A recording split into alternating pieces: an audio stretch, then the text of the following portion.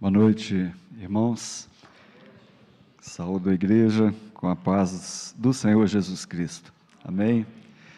Quero, em primeiro lugar, agradecer a oportunidade de estar aqui esses 2 dias, compartilhando, conhecendo essa igreja e podendo constatar realmente que é uma igreja que louva ao Senhor, que adora ao Senhor, uma igreja que tem no coração também a paixão pelos perdidos, e por isso eu louvo ao Senhor pela vida desse conselho, da junta diaconal, de toda a liderança, e eu agradeço muito a oportunidade de estar com os irmãos. Meus irmãos, eu queria ler o Salmo de número 67, que é o Salmo que foi escolhido para ser o tema também o texto base, né, dessa conferência, e aqui possamos buscar nesse Salmo os ensinamentos que o Senhor tem preparado para os nossos corações nessa noite. Salmo de número 67, nós vamos ler, e peço aos irmãos que, com reverência, acompanhem a leitura da palavra do Senhor. Diz o seguinte: seja Deus gracioso para conosco, e nos abençoe, e faça resplandecer sobre nós o seu rosto, para que se conheça na terra o teu caminho, e em todas as nações a tua salvação. Louvem-te os povos, ó Deus, louvem-te os povos todos. Alegrem-se e exultem as gentes, pois julgas os povos com equidade e guia na terra as nações. Louvem-te os povos, ó Deus, louvem-te os povos todos. A terra deu o seu fruto, e Deus, o nosso Deus, nos abençoa. Abençoe-nos, Deus, e todos os confins da terra o temerão. Vamos orar. Pai, a tua palavra foi lida, Senhor, mas nós temos uma profunda necessidade de que o Senhor venha, com teu Santo Espírito, ministrar no nosso coração, nos alimentar, Pai, alimentar a nossa alma, fazer com que, no entendimento e na compreensão do que foi lido, da tua revelação, da palavra inspirada, nós possamos sair daqui com compromissos, com uma vontade, com um desejo ardente no coração de cumprir a sua vontade. Abençoe-nos, Pai. Nós suplicamos no nome de Jesus. Amém, Pai. Os irmãos, ontem, conversando com o reverendo Wilson, antes do culto, contava para ele um pouco a respeito dessa minha esse desejo de trabalhar com missões.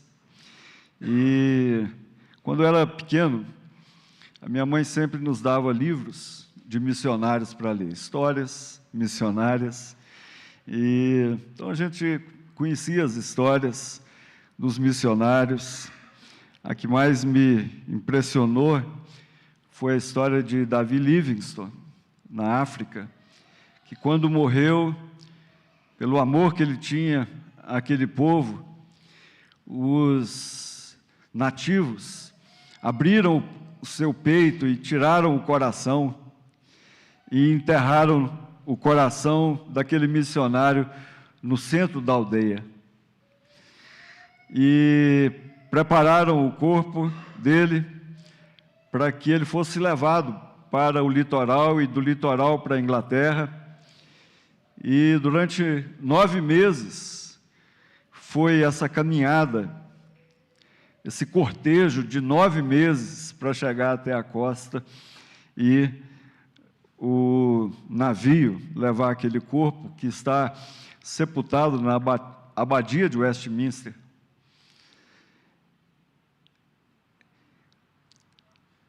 Arrancaram o coração daquele missionário, porque esse homem nos amou, esse homem dedicou a sua vida por nós. E aquilo mexia com a minha mente, com o meu coração. E quando estava no seminário, focado ali naquelas doutrinas da teologia sistemática, né,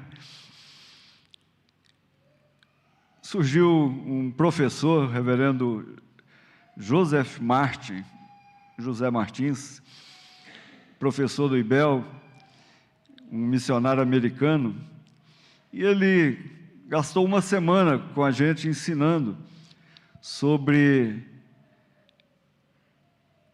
o propósito de Deus para as nações. E eu fiquei tão impactado com aquela visão bíblica, tão diferente.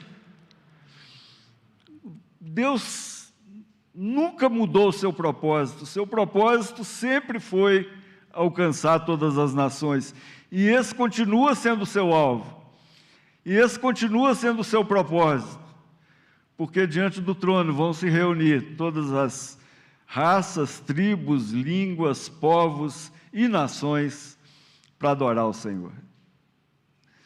Esse é o propósito de Deus. E eu fiquei assim, tremendamente impactado com essa visão bíblica e decidi que eu ia ser missionário. E queria ir para a África, me preparei, casado, já com 2 filhos, estava tudo pronto para a gente ir para Angola. E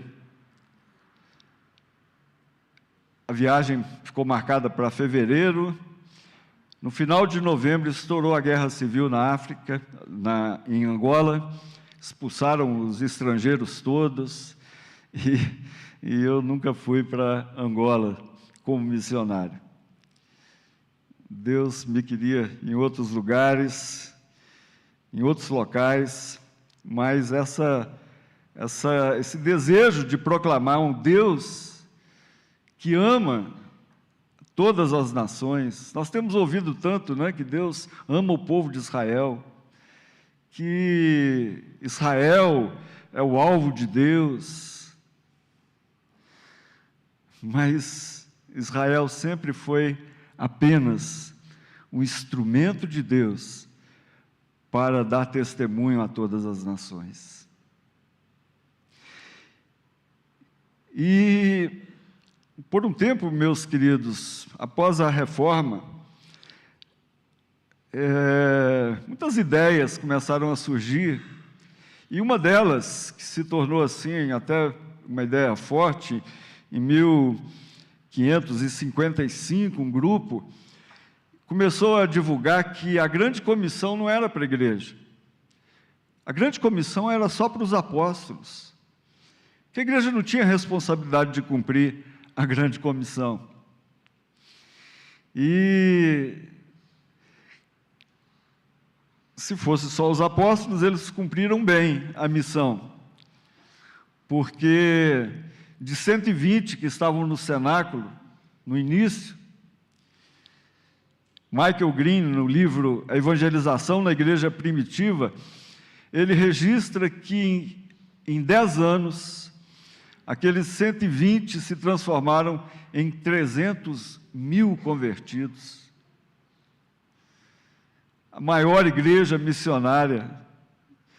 E nós podemos ver, meus irmãos, o próprio Calvino discordando dessa ideia e sendo um propagador da obra missionária, mandando missionários até para o Brasil, Na época da sua morte, havia 2.000 tipografias ligadas à Escola de Genebra para poder produzir folhetos apologéticos, livros, a Bíblia, para ser distribuída. Ele havia, fruto da Escola de Genebra, foram plantadas mais de 2.000 igrejas na Europa. Missionários que foram treinados por Calvino. Então, meus irmãos, a história missionária é realmente algo tremendo. E esse salmo, queridos, é um salmo que sempre é colocado, diante de nós, quando há as conferências missionárias. E esse salmo é, na verdade, a bênção sacerdotal registrada em Números, capítulo 6, versos 24 e 26. Um bispo chamado Bispo Patrício, ele afirmava que era um salmo de Davi, que foi escrito quando Davi levou a arca para Jerusalém. Mas outro escritor, Rosley, ele não concordava que era de Davi, ele achava que era um hino feito para a festa dos tabernáculos. Outro historiador, ele dizia que esse salmo foi escrito após o exílio, quando ali naquela situação de seca que vivia o povo, narrada pelo profeta Ageu, pelo afastamento do povo de Deus e o abandono da obra do Senhor, da obra do templo, houve uma seca muito difícil, que Ageu registra que nem o orvalho do céu caía sobre o povo, dada a sua maldade e o seu distanciamento do Senhor. Então, esse salmo foi escrito na ideia desse historiador, Calmet, que após essa seca prolongada, ele foi escrito para poder o povo regozijar pela restauração da fertilidade. Mas, meus irmãos, é a oração de um povo a Deus. Independente de qual época, não dá para a gente definir qual é a época certa do Salmo, mas é uma oração que nós podemos constatar hoje que ainda não foi respondida na sua integralidade. E a igreja precisa continuar orando. A igreja precisa continuar clamando. Abençoe-nos, Deus. Abençoe-nos, Deus, e todos os confins da terra o temerão. Esse é o centro, a palavra central desse salmo. E esse salmo precisa sim ser a oração da igreja. Senhor, seja gracioso, tenha misericórdia de nós. E tenha misericórdia de nós, faça resplandecer o seu rosto sobre nós, nos abençoe, porque o Senhor nos deu uma missão. O Senhor nos deu uma missão e essa missão precisa ser cumprida. Então, queridos, o que nós vemos nesse salmo é nada mais, nada menos do que a missão da Trindade excelsa. Aqui nós vimos o relato de uma oração que é feita à Trindade.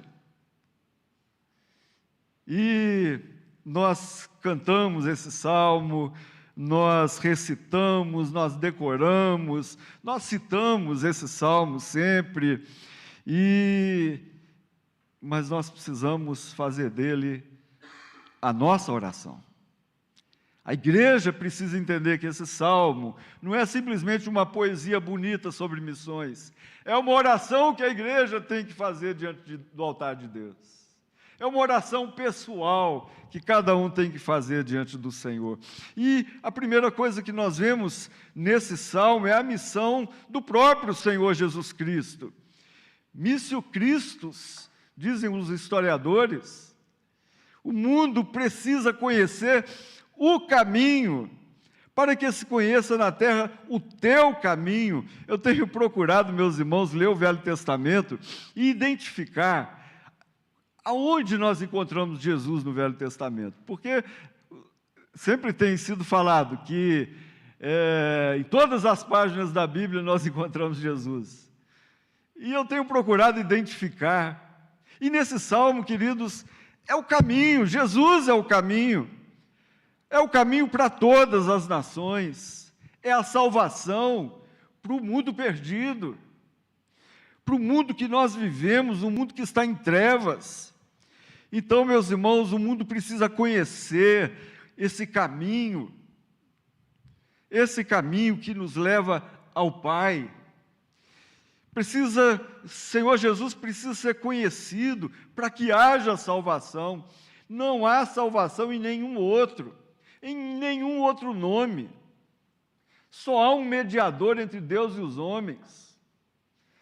Então, essa é a mensagem missionária. Jesus nos alcançou, Ele é o Verbo encarnado, não é? Então, por isso que a palavra, ela fala, ela proclama Jesus, o Deus enviado, o Filho de Deus, porque Jesus é o anúncio do céu. Jesus é o único, meus queridos, e nós precisamos de fazer essa oração. Senhor, me abençoe para que o Senhor Jesus seja conhecido por todos os povos, por todas as nações. Jesus é o único que pode transformar vidas improváveis, como a vida do apóstolo Paulo, não é? Como a vida do apóstolo Paulo, antes um perseguidor da igreja. De repente as pessoas estavam vendo Paulo pregar e falaram assim: não é esse que estava perseguindo a igreja? Vidas improváveis. Os Gedeões Internacionais têm uma história, um testemunho muito interessante, e eles falam a respeito de um homem no Zimbábue, na África, que vendia Bíblias. E ele ia de cidade em cidade vendendo Bíblias, vendia algumas coisas, mas ele vendia Bíblia e colocava ali na exposição vários tipos de Bíblias, e ele vendia. Aí conta a história que um dia chegou um senhor, ficou olhando aquelas Bíblias, pegava na folha, sentia a maciez daquela folha, folhas de seda. E ele, mostrando assim, muito interessado nas Bíblias, aquele homem vendedor chegou para ele e falou: o senhor está interessado na Bíblia? Ele falou assim: estou. Eu queria esse livro para mim. Mas por que o senhor quer esse livro? E ele respondeu: para eu fumar. Olha, fazer um cigarrinho com essa folha, não tem folha melhor. Eu nunca vi uma folha dessa. Eu preciso desse livro para poder fazer, como diz lá em Minas, né, fazer pito. E aquele vendedor ficou numa situação tão complicada, mas ele resolveu, falou assim: olha, eu vou te dar esse livro. Eu vou te dar esse livro. Mas você vai me prometer uma coisa. Toda página que você tirar para fazer um cigarro, antes você vai ler. Você promete que você vai ler essas páginas? Ele: prometo. Não, eu preciso dessas folhas. E ele levou a Bíblia. Passaram-se anos, aquele vendedor, agora membro da Sociedade Bíblica, voltou àquela cidade, fazendo uma palestra, sobre as Escrituras, e alguém levantou e falou assim: o senhor me conhece? Ele falou assim: não, não conheço. Não lembro do senhor. Ele falou assim: não, o senhor lembra. Eu sou aquele que queria uma Bíblia para poder fazer cigarro, lembra? Quando o senhor estava na praça? Ele falou assim: claro que eu lembro, como eu vou esquecer uma situação dessa? Pois é, eu tenho que te falar uma coisa. Eu fumei Mateus, eu fumei Marcos, eu fumei Lucas, comecei a fumar o João, mas quando eu cheguei naquele versículo que fala que Deus amou o mundo de tal maneira que deu o seu Filho, o meu coração explodiu. E hoje eu estou aqui. Eu estou aqui para poder proclamar o Evangelho de Jesus. É isso que Jesus faz na vida das pessoas, meus irmãos. Pessoas improváveis, eleitas, chamadas. Por isso, esse salmo tem que ser a oração da igreja. Senhor, me abençoe.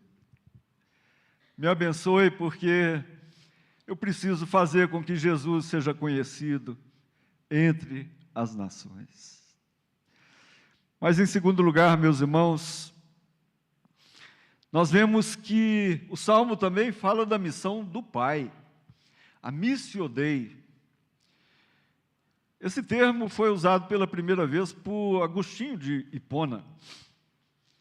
E, por muito tempo, ele ficou desconhecido, esse termo. Ficou desconhecido aqui, mas agora, com os estudos missiológicos, tem sido usado com mais frequência. Alguns livros já estão surgindo sobre a Missio Dei, a missão de Deus, a missão do Pai. Deus está realizando os seus propósitos na terra. E o texto diz, olha, podemos nos alegrar porque tem um Deus que está agindo no nosso meio. Deus está agindo no mundo, entre as nações todas. E o verso 4 diz: alegrem-se, exultem todos os povos, as etnias, exultem todas as gentes, pois ele julga os povos com igualdade. E a frase final do versículo 4, meus irmãos, é muito esclarecedora quando ele diz: e guia na terra as nações. Deus é soberano. Deus age, Deus está cumprindo o seu propósito. Deus está cumprindo o seu propósito. Ele chamou o povo de Israel, fez com que aquele povo surgisse através de Abraão. E o propósito é que aquele povo fosse um reino de sacerdotes e uma nação santa. Para que as nações pudessem ver o testemunho e conhecer a Deus. Olha, queridos, quantas coisas Deus fez no meio do povo de Israel, e o mundo conheceu, o mundo temia a Deus. A saída do Egito, tantos exemplos tremendos que nós conhecemos. Então, nós, às vezes, ouvimos coisas, meus irmãos, que nos deixam estarrecidos, igrejas à nossa volta, igrejas que se dizem evangélicas, adeptas do pré-milenismo dispensacionalista, eles têm pregado por aí que Jesus, ele veio para os seus, mas os seus não receberam. Ou seja, o plano A de Deus foi frustrado. Deus perdeu. Então ele teve que fazer um arremedo histórico, ele teve que fazer um parênteses histórico, onde ele criou a igreja. A igreja não estava no plano de Deus, mas porque Jesus foi rejeitado, então criou-se esse parênteses, até que a igreja seja arrebatada e Jesus então venha para reinar. Então, são heresias falando de que Deus ficou frustrado, que Deus, ele não cumpriu o seu propósito, mas não existe isso na Bíblia. Deus é soberano, Deus nunca perdeu o controle da história. Vemos aí a guerra de Israel com Hamas. Olha, Deus deixou com que acontecesse isso com o seu povo. Meus irmãos, o povo de Deus, como diz o apóstolo Paulo, é o Israel de Deus, são os salvos em Cristo Jesus. Podem ser judeus e gentios, mas todos aqueles que foram alcançados pela graça de Deus. Esse é o Israel, esse é o povo de Deus. E muitos questionam a Deus por causa dos sofrimentos. Quando aconteceu a tragédia de 11 de setembro nos Estados Unidos, e as pessoas começaram a ter a certeza que Deus tinha perdido o controle. Era uma nação cristã. E certa vez a filha de Billy Graham, muitos conhecem essa história, a filha Anne Graham, ela foi entrevistada num programa e a entrevistadora perguntou para ela, disse, olha, por quê? Onde estava Deus no meio dessa tragédia toda? Onde estava Deus? E aquela mulher, inspirada pelo Espírito Santo, ela responde naquela entrevista, o país resolveu colocar Deus fora dos seus planos. Temos dito a Deus para não interferir em nossas escolhas. Temos dito a Deus para sair do nosso governo, sair das nossas escolas, sair das nossas vidas. Se nós exigimos que Ele não se envolva mais conosco, Deus, como um cavalheiro que resolveu tirar a sua proteção de sobre nós. Proibiram as orações nas escolas, começaram a sugerir o aborto como uma solução para vários problemas. E tantas coisas que ela foi citando a respeito de um povo que virou as costas para Deus. Ao invés, meus irmãos, daquele povo que foi um povo missionário, que foi um povo que evangelizou o mundo, que mandou missionários para o mundo inteiro, uma igreja fiel ali, um país próspero por causa da graça de Deus, pela abundância que Deus enviou para aquele país, porque foi formado por pessoas que adoravam a Deus, puritanos, homens que realmente buscavam o Senhor, mas agora viraram as costas para Deus. Em vez daquele povo continuar clamando, abençoe-nos, Deus. Aquele povo começou a dizer, Senhor, nós não precisamos mais de Ti.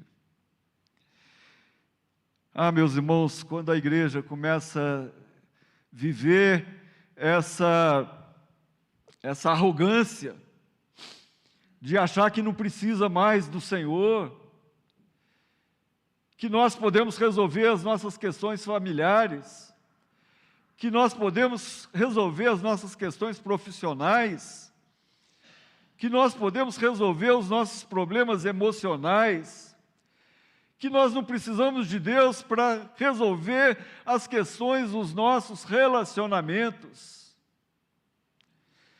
Então, meus irmãos, Deus continua guiando as nações. Deus continua exercendo a sua justiça. E por isso, queridos, nós podemos, além de orar, pedindo a bênção de Deus, o texto nos exorta a nos alegrarmos, porque Deus prometeu, olha, eu vou estar com vocês todos os dias,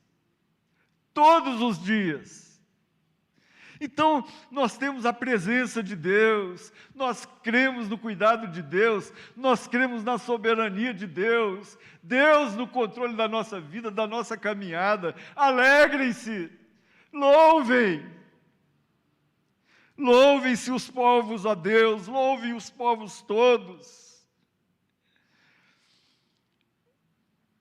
porque a terra deu o seu fruto e Deus é que nos abençoou. Essa é a missão de Deus, cumprir o seu propósito.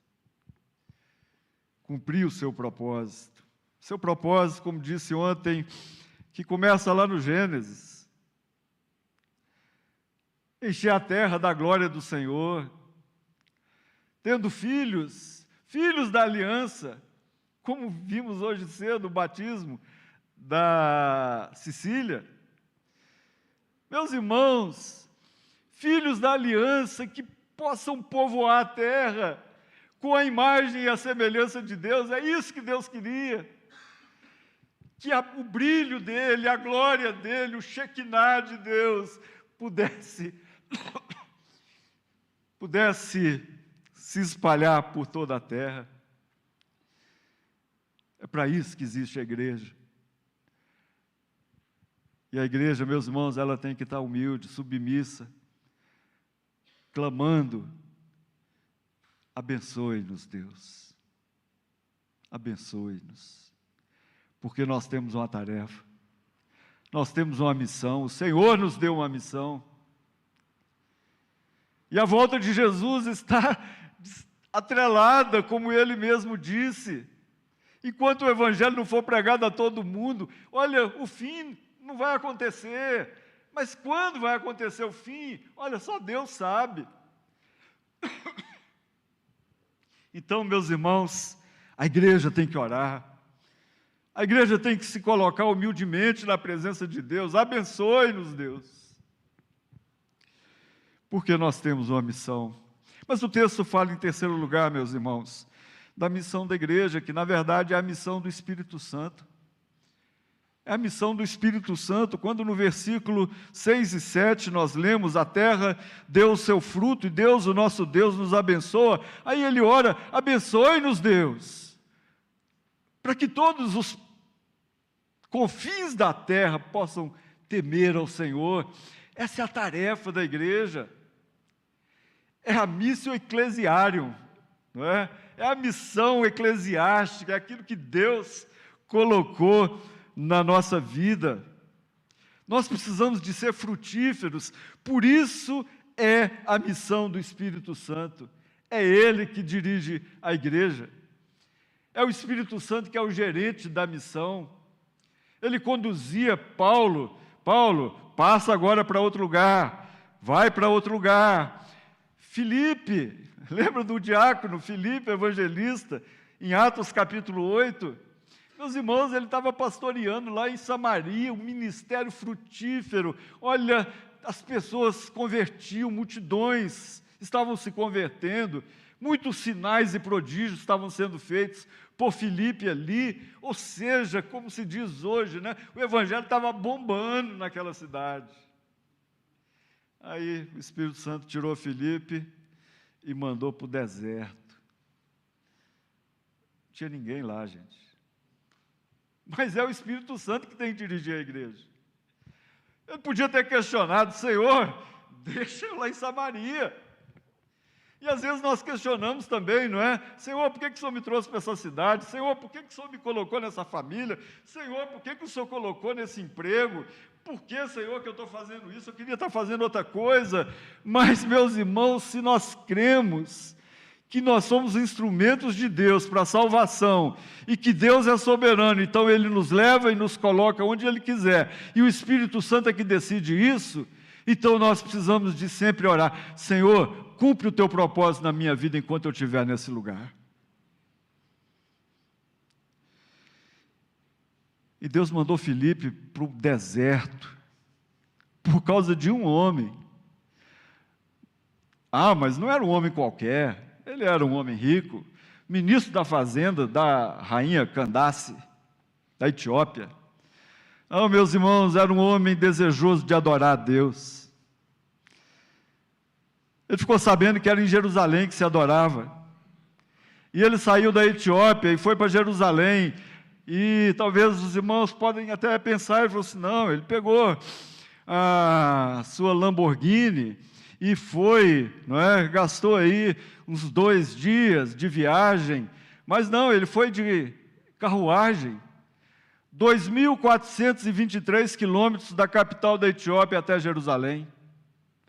Agora você imagina, 2.423 quilômetros de charrete, de carruagem, uma bike ia ser mais rápido. Mas ele queria adorar, e ele foi para Jerusalém, e ele não conseguiu descobrir.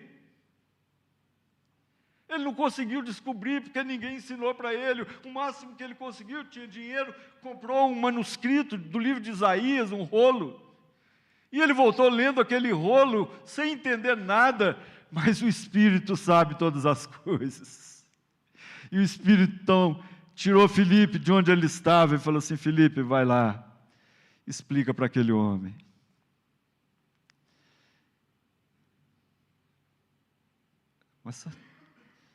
Mas era um homem só, mas uma alma vale mais do que o mundo inteiro. E às vezes Deus nos coloca do lado de uma pessoa só no trabalho, e nós não temos a coragem. É como a história de um rapaz que voltou na segunda-feira para o trabalho, pulando de alegria, exultando, e falou para o seu amigo do lado, e falou assim, rapaz, você não sabe o que me aconteceu, esse final de semana, eu resolvi ir a convite de uma pessoa numa igreja, e lá eu fui tocado pelo Evangelho, e eu aceitei Jesus, e eu estou numa alegria tão grande, porque eu aceitei Jesus. Aí o amigo do lado olhou para ele e falou assim, que legal, coisa boa, eu também sou crente. Aí ele olhou para o cara e falou assim, o quê? Tem 5 anos que você está do meu lado, você nunca falou de Jesus para mim? 5 anos, sem nunca compartilhar do Evangelho. Então, meus irmãos, nós precisamos ser dirigidos pelo Espírito Santo, e é a plenitude do Espírito Santo que vai acender no nosso coração o desejo de proclamar o Evangelho do Senhor Jesus. Eu conto muita história dos morávios, sou, assim, estudioso das missões morávias, da igreja moraviana do século XVIII, depois da igreja primitiva, a igreja mais missionária que a gente já ouviu na história, e conta nos escritos morávios a respeito de um casal que resolveu ir ser missionários na Groenlândia. O que um casal vai fazer na Groenlândia? Não é? Sem compreensão, mas eles foram para a Groenlândia. E eles chegaram ali, o tempo de construir ali a sua casa, o tempo de começar a comunicar, falar a língua, o tempo se passou, e até que eles já conseguiam se comunicar com aqueles nativos ali, e daquela aldeia, e eles então começaram a procurar, a falar, e as pessoas viravam as costas, ninguém queria ouvir o Evangelho, viravam as costas mesmo, não queriam ouvir. Passou-se 3 anos, passaram-se 4, 5, 6, e ninguém dava ouvidos para ele. Passaram-se 15 anos, meus irmãos, e eles com certeza há muito já pensavam, o que nós estamos fazendo aqui? Será que nós viemos para o lugar certo? Será que o Espírito Santo nos mandou para o lugar certo? 15 anos e ninguém se converteu. Até que veio uma epidemia naquela aldeia, e muitos ficaram doentes. E aquele casal começou a cuidar daquelas pessoas doentes. Eles começaram a cuidar, a dar remédio que eles tinham, chá, eles davam seus cobertores para poder aquecer aquelas pessoas, levaram para suas casas, cuidavam das crianças. As crianças que estavam ficando órfãs, eles levavam, davam sopa e faziam tantas coisas. E o tempo foi passando e eles foram ficando esgotados. Quando morria alguém, eles pegavam aquele cadáver, eles levavam, enterravam aquele morto. Eu sei, meus irmãos, que eles se gastaram para aquele povo que sempre virava as costas para eles. Um dia passou-se a epidemia, eles esgotados, eles acordaram, abriram a porta da casa de manhã e a aldeia estava toda presente ali na porta da casa deles. E eles tomaram um susto e perguntou: o que vocês estão fazendo aqui? O líder da aldeia respondeu para eles: nós viemos ouvir o que vocês têm para nos falar. Ele falou assim: mas agora, 15 anos depois, quanto tempo eu tenho tentado, nós temos tentado falar, vocês nunca deram ouvidos, por que vocês querem ouvir agora? E aquelas pessoas responderam para eles: porque nunca ninguém nos amou desse jeito. Ninguém nunca cuidou de nós como vocês cuidaram. Nós queremos saber que amor é esse. Nós queremos saber por que vocês vieram para cá. Nós queremos saber que amor que há no coração de vocês para cuidar de quem sempre os rejeitou. Meus irmãos, o Espírito Santo não erra. O Espírito Santo não se engana. E se Deus tem um propósito para a sua vida, humilhe-se na presença de Deus. Submeta-se à vontade de Deus. Clame ao Senhor todos os dias. Abençoe-me, Deus, porque eu tenho uma missão a cumprir. As nações precisam conhecer o caminho da salvação. Que Deus abençoe a sua vida, queridos. Que Deus abençoe a vida dessa igreja. Amém.